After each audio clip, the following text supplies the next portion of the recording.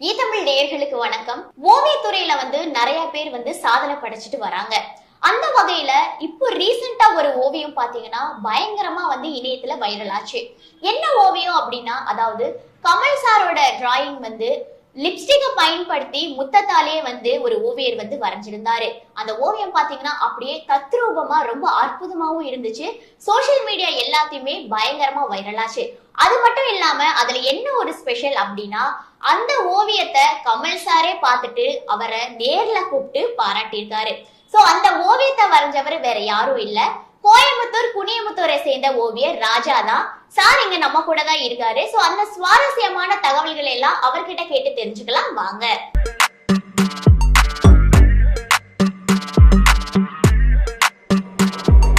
Sir வணக்கம். Sir வணக்கம். Sir, இப்போ நீங்க நிறைய ஓவியம் வரைஞ்சிருக்கீங்க. இப்ப ரீசெண்டா கூட ஆகஸ்ட் 15க்கு சீதாப்பழத்துல ஒரு ஓவியம் வரைஞ்சிருந்தீங்க, 20 தலைவர்களோட போட்டோ. சோ இப்போ கமல் சாரோட பர்த்டேக்காக நீங்க லிப்ஸ்டிக்கா பயன்படுத்தி, அதாவது முத்தத்தாலே அந்த ஓவியம் வரைஞ்சிருந்தீங்க. அது ரொம்பவே வைரல் ஆச்சு. சோ ஃபர்ஸ்ட் உங்களுக்கு எப்படி சார் இது தோணுச்சு? அதாவது லிப்ஸ்டிக்கை பயன்படுத்தி வரையணும் அப்படின்ட்டு உங்களுக்கு எப்படி தோணுச்சு சார்? இல்லை, நான் நிறைய வித்தியாசமான ஓவியங்கள் அப்படின்னு பார்த்தீங்கன்னா, என்னுடைய ஓவியங்கள் எல்லாமே டிஃப்ரெண்ட்டாக தான் இருக்குது. இந்த சீதா பழத்துக்குள்ள ஓவியம், பாட்டிலுக்குள்ள ஓவியம், தண்ணிக்குள்ளே போய் ஓவியம், இப்படி எல்லாம் வித்தியாசமாக நிறைய ஓவியங்கள் பண்ணிட்டேன். ஆனால் அவர் சாதாரண நடி, உலக நாயகன். அவரை கவரணும் அப்படின்னா நம்ம ரொம்ப வித்தியாசமாக ஏதாவது பண்ணணும்னு ஒரு மாசமா யோசனை பண்ணிகிட்டே இருந்தேன். கடைசியில் தான் எனக்கு மனசில் ஒரு முத்த நாயகன். அவருக்கு முத்தம்னா ரொம்ப பிடிக்கும். அப்போ அவர் அந்த முத்தத்திலேயே வரைஞ்சா அவருக்கு போய் சேரும் அப்படின்ட்டு ஒரு முடிவு பண்ணி லிப்ஸ்டிக் அந்த கலர் சாயத்தை பூசிட்டு அவருடைய ஓவியத்தை வரைய ட்ரை பண்ணேன். ஒரு 10-20 தடவை முயற்சி பண்ணேன். அது சரியா வரல. அந்த கண்ணு, மூக்கு, இந்த லிப்ஸ், இந்த மாதிரி ஷார்ப்பான இடமெல்லாம் அது கரெக்டா வராது லிப்ஸ்ல. அப்புறம் இது வேண்டாம் அப்படிங்கிற மாதிரி முடிவு பண்ண. அதுக்கப்புறம் மறுபடியும் இது கான்செப்ட் அருமையா இருக்கு, முத்த நாயகனுக்கு அப்படின்னு 1000 முத்தம் வைத்து கமல் ஓவியம் அப்படின்னு முடிவு பண்ணி இறங்கிட்டேன். அந்த சார்பான இடத்துல நாக்கு நுனியில அப்படியே வரைஞ்சு 1000 முத்தம் கொடுத்தேன். காலையில 7 மணிக்கு ஆரம்பிச்சு மதியம் 3:30 மணி வரைக்கும் தொடர்ச்சியா பண்ணேன். சாப்பிடல, எதை பத்தி யோசிக்கல, அப்படியே முழுக்க அந்த ஓவியத்திலேயே கவனம் ஃபுல்லா அதுலதான் இருந்தது. முடிஞ்சு பார்த்தோம்னா அவருடைய உருவம் அப்படியே வந்தது. அதாவது உணர்வு பூர்வமா நான் அந்த முத்தம் வைக்கும் போதெல்லாம் என்னுடைய எண்ணங்கள் அப்படியே கமல் சார் அவர் பாப்பாரு, என்ன கட்டி பிடிப்பாரு, முத்தம் கொடுப்பாரு அப்படிங்கிற மாதிரி எண்ண அலைகளை அப்படியே செதற விட்டுட்டு அந்த ஓவியத்தை அப்படியே வரைஞ்சேன். அது அந்த ஓவியம் அப்படி அந்த முகம் எனக்கு கண்டிப்பா நீங்க அந்த ரொம்ப கஷ்டப்பட்டு நீங்க வரைஞ்சது உங்களுக்கு பலன் கிடைச்சது. கண்டிப்பா கமல் சார் மீட் பண்ணுவாரு அப்படின்னு நீங்க எதிர்பார்த்திருந்தீங்களா? ரொம்ப எதிர்பார்த்தேன். அந்த ஓவியம் வரைஞ்சதுக்கு அப்புறம் அதிகமா எதிர்பார்த்தேன். ஏன்னா ரசிகர்களுடைய உணர்வை அவர் புரிஞ்சுக்குவார், எனக்கு நல்லாவே தெரியும்.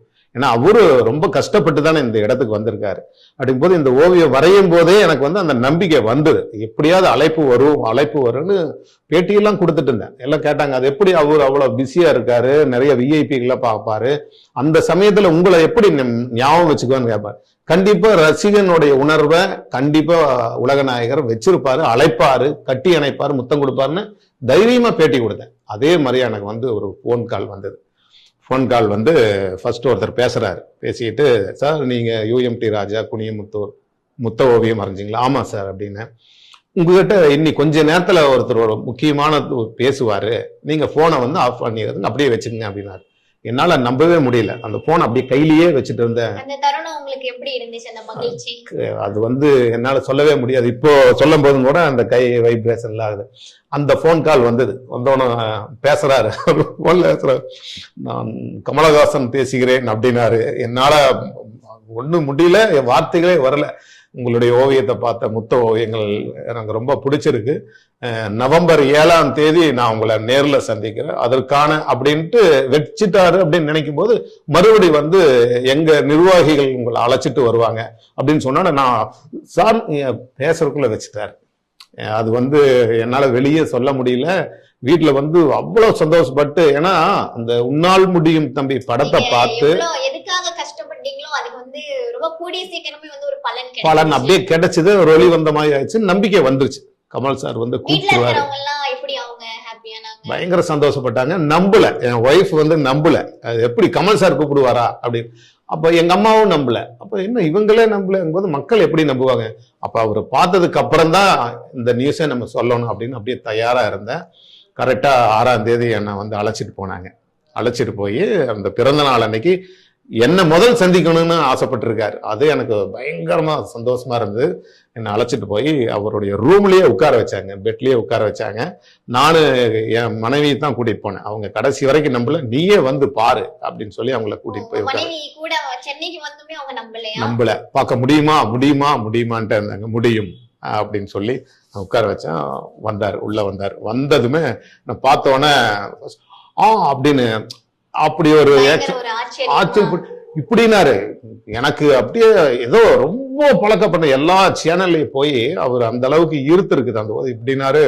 போனதுமே நான் கட்டி பிடிச்சிட்டு, சார் உன்னால் முடியும் தம்பி 1988 கோயம்புத்தூர் ராகம் தியேட்டர்ல அந்த படம் பார்த்துட்டு நான் பச்சை குத்தினது சார். அன்னையில இருந்து இன்னைக்கு வரைக்கும் நான் சொல்றக்குள்ளேயே என் ஒய்ஃபு, சார் இவர் 177 சாதனை பண்ணியிருக்காரு சார், 24 மணி நேரம் இதுதான் சார் அப்படின்னு சொன்னோன்னே கையை பிடிச்சாரு. கையை பிடிச்ச அந்த யூஎம்டிங்கிறது பார்த்தாரு. அவர் தொட்டதுமே எனக்கு கண்ணுல தண்ணி வந்துருச்சு, அழுதுட்டேன். கமல் சார் அந்த படம் பார்த்ததுக்கு அப்புறம் தான் நான் வந்து கே பாலச்சந்திர இயக்குனர் அவருடைய படம். அதுல பாத்தீங்கன்னா MS உதயமூர்த்தி, கமல் சாரோட பேரே வந்து அதுல உதயமூர்த்தின்னு தான். உதயமூர்த்தி எழுத்தாளர், தன்னம்பிக்கை எழுத்தாளர். அவருடைய எண்ணங்கள் புத்தகங்களை தான் நான் ஃபர்ஸ்ட் படித்தேன். அந்த புத்தகங்களை படிக்கும் போது எனக்கு வந்து அதிக நம்பிக்கை, அதாவது நம்மளால எதுவும் முடியும் அப்படின்னு சொல்லி. அந்த சமயத்துலதான் வந்து உன்னால் முடியும் தம்பி 1988 ரிலீஸ் ஆகுது. அந்த போஸ்ட்லயே பாத்தீங்கன்னா ஒரு இளைஞர் வந்து அந்த பெரிய முரசை வந்து அப்படி கொட்டுற மாதிரி, அந்த முரசுல ஒரு ஒளி வர்ற மாதிரி. அதை பார்க்கும் போதே எனக்கு இந்த படத்துல ஏதோ ஒரு முக்கியமான விஷயம் இருக்கு, நம்மளுக்கு பிடிச்ச விஷயம் இருக்குன்னு அந்த படம் போய் பார்த்தேன். அப்போ வந்து 18-19 வயசு தான் இருக்கு. அந்த ஃபர்ஸ்ட் டைம் பார்க்கும்போது எனக்கு புரியல படம். ஆனா அதுல வந்து ஏதோ தன்னம்பிக்கை விதைக்கிற மாதிரி நிறைய மெசேஜ். ஒரு தனி மனிதனா இருந்து பாரத பிரதமரே வந்து அந்த நாயகனை பாராட்டுவாரு, கை தட்டுவாங்க. அதை பார்க்கும்போது நம்மளும் சமுதாயத்துல ஏதாவது ஒண்ணு சாதிக்கணும், ஜெயிக்கணும், தனி மனிதனா இருந்து ஜெயிச்சு காட்டணும் அப்படின்னு ஒரு வெறி ஏற்பட்டுருச்சு எனக்குள்ள. அப்போ வந்து அந்த படத்தை திரும்ப போவேன். எங்க ஊர் குனியமுத்தூர்ல இருந்து அந்த கோயம்புத்தூர் ராகம் தியேட்டருக்கு சைக்கிளையே வருவேன். அந்த படத்தை திரும்ப பார்த்ததுக்கு அப்புறம் தான் என்னுடைய அறிவுக்கு அதுல ஒரு விஷயம் இருக்கிறத எட்டுச்சு. அந்த பருவத்துல ஈர்த்தது அந்த இது, நம்மளாலே முடியும் அப்படிங்கிற அந்த படம் பார்க்கும்போது அவ்வளவு நம்பிக்கை. அப்படியே வந்து டவுன் ஹால், கோவை டவுன் ஹால்ல வந்து அந்த ஊசி பாசி எல்லாம் பண்ணிட்டு இருப்பாங்க, பச்சை குத்துவாங்க அந்த வயசான பாட்டிய. அவங்க கிட்ட சொல்லி உன்னால் முடியும் தம்பிங்கிறத சுருக்கி யூஎம்டின்னு அப்பவே நான் பச்சை குத்திக்கிட்டு என் பேரையே வந்து யூஎம்டி ராஜா அப்படின்னு வச்சேன். எங்க அப்பா கூட கொஞ்சம் சங்கடப்பட்டாரு, என்னோட இன்சியல் விட்டு யூஎம்டின்னு வச்சிருக்கிறேன். இல்ல அதுக்கு தகுந்த மாதிரியே முடியும்னு சாதிச்சு காட்டுவேன் அப்படின்னு சொன்னேன். அந்த முடியுங்கிற அந்த நம்பிக்கையில இதுவரைக்கும் 177 சாதனை பண்ணியிருக்கேன். அந்த முடியுங்கிற நம்பிக்கையில தான். சார் இப்போ நீங்க அந்த ஓவியத்தை வந்து ஒரே நாள்ல வரைஞ்சு முடிச்சிட்டீங்களா? அதான் நீங்க ஆரம்பத்திலேயே சொன்னீங்க நிறைய வாட்டி அதை முயற்சி பண்ணி கரெக்டா வரல, அதை கைவிட்டுறலாம் அப்படின்னு யோசிச்சேன்னு சொன்னீங்க. பட் அதுக்கப்புறம் நம்ம முடிச்சிருவோம் அப்படின்னு உங்களுக்குள்ள ஒரு நம்பிக்கை வந்திருக்கும் இல்லையா? ஒரே நாள்ல அதை வந்து நீங்க முடிச்சிட்டீங்களா? முடிச்சிட்டேன். எந்த ஒரு செயலுமே ஃபர்ஸ்ட் வந்து நம்ம மனக்கண்ணுக்குள்ள நம்ம ஜெயிச்ச மாதிரியே காட்டிடும். நம்ம ஜெயிச்சிட்டோம் அப்படிங்கிறது ஃபர்ஸ்ட் மைண்டு போயிடும். அந்த முடிவுக்கு வந்ததுக்கு அப்புறம் தான் இறங்குது. உன்னால் முடியும் தம்பின்னு அந்த ஃபர்ஸ்ட் அந்த பச்சை குத்தானதை பாத்துக்குவேன். எப்பெல்லாம் எனக்கு மனசு வந்து தொய்வாகுதோ, மனசு ரொம்ப இதாகுதோ, அந்த சமயத்துல இந்த யூஎம்டிங்கிறத நான் பாத்துக்குவேன். இது பார்க்கும்போது எனக்குள்ள ஒரு சக்தினா இளைஞர்கள் எல்லோருத்துக்குமே இது தேவை. இந்த யூஎம்டி உன்னால் முடியுங்கிறது வந்து நீங்க சொல்லி பாருங்க, முடியும்னு சொன்னீங்கனால ஒரு சக்தி பிறக்கும். அது மட்டும் இல்லாம குனியமுத்தூர்ல யூஎம்டி இளைஞர் நல சங்கம், உன்னால் முடியும் தம்பி இளைஞர் சங்கம்னு ஆரம்பிச்சு ஒரு 25 பேர் என் ஃப்ரெண்ட்ஸுகளே பச்சை குத்தி இருக்கிறாங்க. இன்னைக்கு எல்லாருமே ஒரு சாதனையாளர்களா, ஒரு பெரிய தொழிலதிபரா, எல்லாருமே நல்ல நிலையில இருக்கிறாங்க. அந்த முடியுங்கிற நம்பிக்கை எந்த அளவுக்கு வலுவானது, சக்தியானது அப்படிங்கிறது என்னுடைய வாழ்க்கையில வந்து நான் உணர்ந்த விஷயம். சரி, இப்போ நீங்க அந்த வரைஞ்ச ஓவியத்துக்கு வந்து எத்தனை லிப்ஸ்டிக் பயன்படுத்தினீங்க? அது ஒரு பெரிய போராட்டம் தான். ஒரு 10 லிப்ஸ்டிக் இருக்கு. அது எப்படின்னா என் பொண்ணு கொடுக்கல, ஒரு யாடி வாங்கி அதை வச்சு நான் வரைஞ்சேன். உங்க பொண்ணுக்கு தெரியாம பொண்ணுகிட்ட இருந்து எடுத்து நீங்க வரைஞ்சிருக்கீங்க. ஆமா. சரி, அதுக்கப்புறம் அது வந்து 1000 முத்தத்தால அந்த ஓவியம் வரையப்பட்டுச்சு அப்படின்னு நாங்க கேள்விப்பட்டிருந்தோம். கரெக்டா 1000 முத்தத்துல வந்து அது நீங்க வரைஞ்சு முடிச்சிட்டீங்களா? 1000 முத்தங்கள்ல வரைஞ்சேன். ஏன்னா அந்த முத்தம் வைக்கவே அந்த ஓவியம் எல்லா இடத்தையும் பினிஷிங் பண்ணணும். அது ஒரு குறிப்பிட்ட டைம் ஆகும்போது முடிஞ்சது. இருந்தாலும் இன்னும் டார்க் பண்ணணுங்கிறதுக்காக அந்த 1000 முத்தம் ஒரு கணக்கா நான் வச்சு தொடர்ச்சி அந்த லிப்ஸ்டிக் வந்து ஒரே கலர் தான் நீங்க ஸ்டார்டிங்ல இருந்து எண்டிங் வரைக்கும் யூஸ் பண்ணீங்களா இல்ல அதுல ஏதாவது கலர் ஷேட் வேற ஏதாவது? இல்ல ஒரே கலர் தான். அந்த டார்க் ஷேட்ல வந்து கொஞ்சம் அதிகமான முத்தங்களை கொடுத்தேன். இப்ப அந்த கண்ணு இந்த ஷேடோ வர்ற இடத்துல எல்லாம் அதிக முத்தம் கொடுக்கறது, மத்த இடத்துல எல்லாம் வந்து அளவான முத்தங்கள். இப்படி அந்த முத்தங்கள் வந்து ஒரே மாதிரியாவும் கொடுக்க முடியாது. அந்த கண்ணு பகுதியெல்லாம் இருக்கும்போது பார்த்தா ஷார்ப்பா இருக்கு. அது வந்து நான் அவ்வளவு சீக்கிரம் அந்த வரைஞ்ச முத்தங்கள் கொடுத்து அந்த வரைஞ்சிங்க இல்லையா, அதுல எந்த பகுதி வந்து நீங்க வரையறது வந்து ரொம்ப கடினமா இருந்துச்சு? ரொம்ப கடினமா இருந்ததை விட ரொம்ப சுவையா இருந்தது ஒரு பகுதியில. அவருடைய லிப்ஸ் அந்த இடத்துக்கு போகும்போது எனக்கு வந்து எனக்குள்ளேயே ஒரு அவருக்கு முத்தம் வைக்கிற மாதிரியே இருந்தது. ஒரு தாய் குழந்தைக்கு வைக்கிற மாதிரி, ஒரு கணவன் மனைவிக்கு வைக்கிற மாதிரி, ஒரு காதலன் காதலிக்கு வைக்கிற மாதிரி அந்த உணர்வோட அந்த லிப்ஸ் அந்த வர்ற இடத்துல வந்து ரொம்ப கவனமா இது பண்ணேன். அதே மாதிரி கண்ணு பகுதியில் வந்து அந்த ரவுண்டுல வரணும். அது வந்து எப்படி அந்த உதட்டை கொண்டு போனாலும் அது கரெக்டா வராது. அதான் அந்த நாக்கு நுனியில வச்சு அந்த குட்டிய ஒரு ரவுண்டு போட்டு இந்த பகுதியில வந்து இப்படி இந்த புருவத்துல வந்து அப்படி ஷார்ப்பா அது போட்டுதான். அது ரொம்ப கஷ்டம். அதை வந்து கரெக்டா கொண்டு வந்தேன். அந்த ஒரே டைம்ல வந்து அது அழகா கிடைச்சது. தலைமுடிக்கும் வந்து என்ன கலர் பயன்படுத்துறீங்க? அதே கலர் தான் யூஸ் பண்ணீங்க? அதே கலர் தான். எப்படின்னா அது வந்து அந்த டிராயிங்கை வந்து நான் செலக்ட் பண்ணும்போது ஒரு ஷேடோ டிராயிங், அதாவது ஒரு இருள் பகுதி மாதிரி தான் இருக்கும். அதனால இது ஈஸி. மற்றபடி ஹேரு புருவம் எல்லாம் இருக்கும் வேற ஓவியமா இருந்ததுன்னா ரொம்ப சிரமம். இது அந்த மக்கள் நீதி மையத்துல அந்த சிம்பிளா இருக்கு. அவரோட அந்த மீசை வச்சு அந்த ஷேடோ, அதனால அந்த படத்தை செலக்ட் பண்ணி அப்படி கரெக்டா அந்த இது கொண்டு வந்தேன்.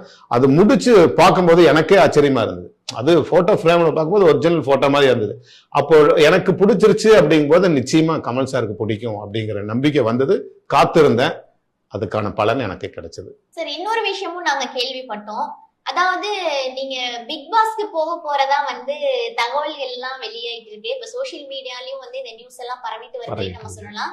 அது எந்த அளவுக்கு உண்மை சார்? அதை பத்தி ஏதாவது உங்ககிட்ட கமல் சார் சொன்னாருங்களா? இல்ல, உண்மைதான். எப்படின்னு கேட்டீங்கன்னா, கமல் சார் பார்த்ததுமே ஃபர்ஸ்ட் என்கிட்ட கேட்டதை ஒரு வாத்தியார் மாணவன் கிட்ட கேட்கற மாதிரி, பிக் பாஸ் எல்லாம் நீங்க பாப்பீங்களா அப்படின்னாரு. நான் எப்படின்னு முடிக்கிறதுக்குள்ள வீட்டுல என் ஒய்ஃப் இருந்தேன். அப்படித்தானே ரெகுலரா பார்த்துட்டு இருக்கிறேன் சார், தொடர்ச்சியா பாருங்க அப்படின்னாரு. பாக்குறேங்க சார் அப்படின்னேன். அப்பதான் எனக்கு தெரிஞ்சது அவர் வந்து என்ன அடுத்த கட்டத்துக்கு என்ன அழைப்பார் அப்படிங்கிற நம்பிக்கை.